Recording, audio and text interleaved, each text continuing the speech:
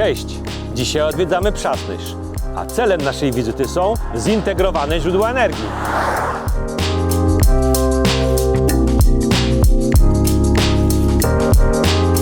Przasnysz. Miasto, w którym mieszka obecnie ponad 16 000 mieszkańców. Budżet Przasnysza to 111 milionów złotych. Dzieje osadnictwa na tych terenach sięgają epoki brązu oraz żelaza.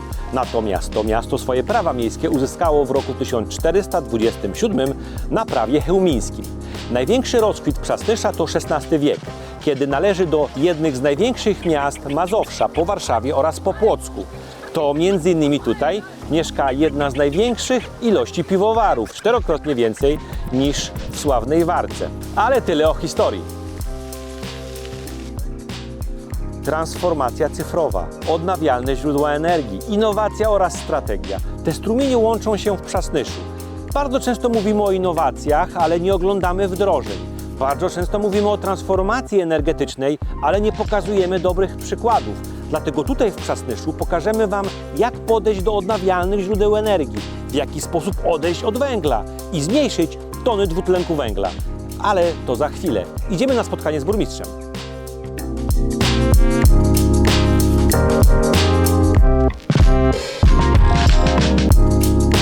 Dzień dobry, panie burmistrzu.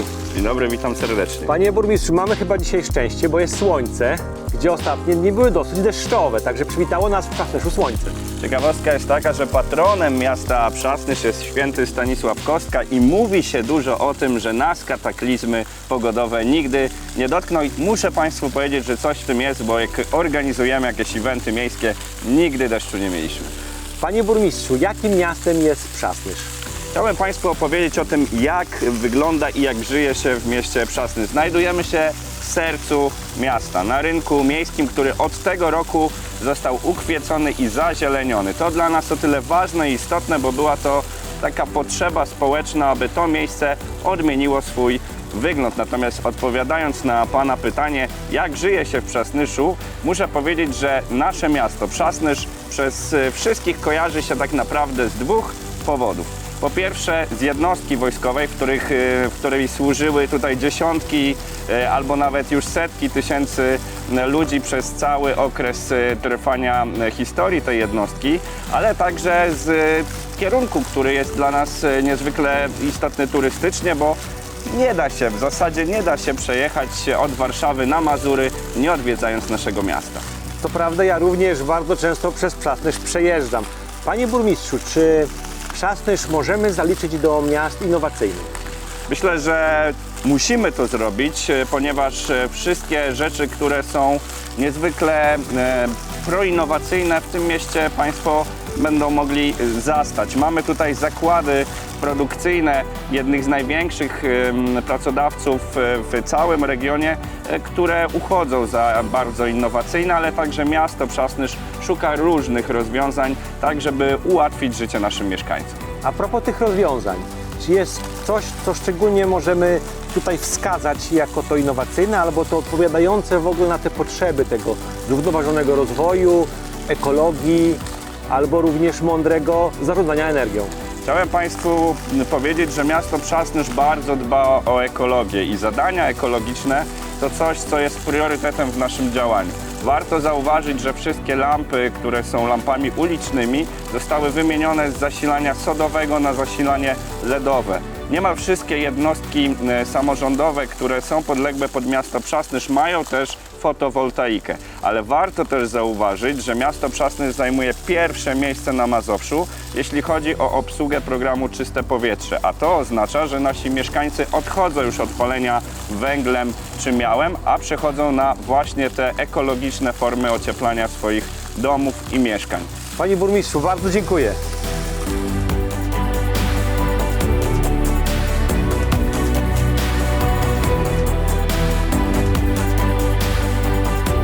Wyobraźcie sobie zintegrowany system ciepłowniczy, który potrafi nie wykorzystywać prawie 2000 ton węgla.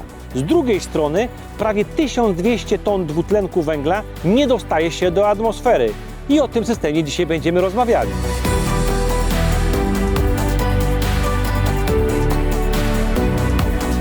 Cześć Marcin. Cześć Sebastian. Marcin, gdzie my teraz jesteśmy? Znajdujemy się na terenie ciepłowni w Przasnyszu.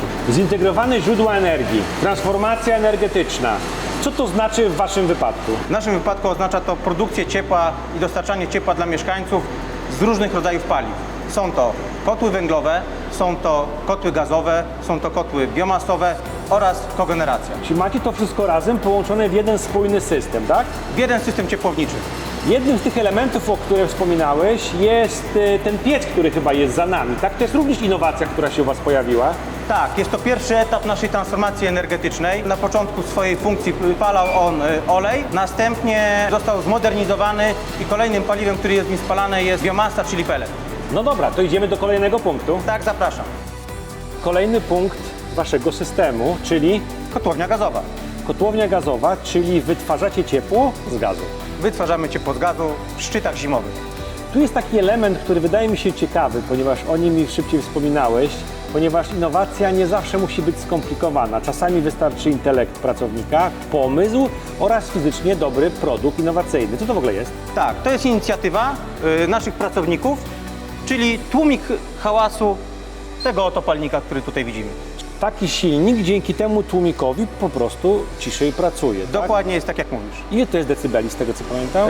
To jest około 81 decybeli. Aha, no dobra. To co? Trzeci punkt, czyli kolejny element zintegrowanego systemu, czyli kogeneracja. Tak, spalanie gazu i produkcja z niego energii elektrycznej oraz ciepła dla mieszkańców latem. Czyli śmiało możemy powiedzieć, że jesteście taką elektrociepłownią. Kiedy takiego stwierdzenia możemy użyć? Czy to oznacza, że w takim okresie jak teraz w ogóle nie korzystacie z węgla? Tak, w okresie od maja do września nie korzystamy z węgla. Marcin, omówiliśmy dzisiaj wszystkie główne elementy systemu, który wpisuje się w całą transformację energetyczną. Kotły gazowe, kotły na biomasę, które powstały w ramach Waszego indywidualnego procesu innowacji, kogenerację. Co jeszcze możemy dodać? Możemy dodać to, że do końca 2030 roku chcemy całkowicie odejść od węgla. Marcin, no życzę Wam tego serdecznie. Dziękuję bardzo. Pozdrawiam. Miasto, żeby wdrażać wszystkie projekty strategiczne dla transformacji energetycznej, wdrażać innowacje, nie musi być miastem dużym. Może być również miastem takim jak Przasnysz. W dzisiejszym odcinku dowiedzieliście się o zintegrowanym systemie energetycznym, który zawiera zarówno elementy, które przetwarzają gaz na ciepło, energię na ciepło, ale również i biomasę na ciepło i fizycznie korzystają również z węgla.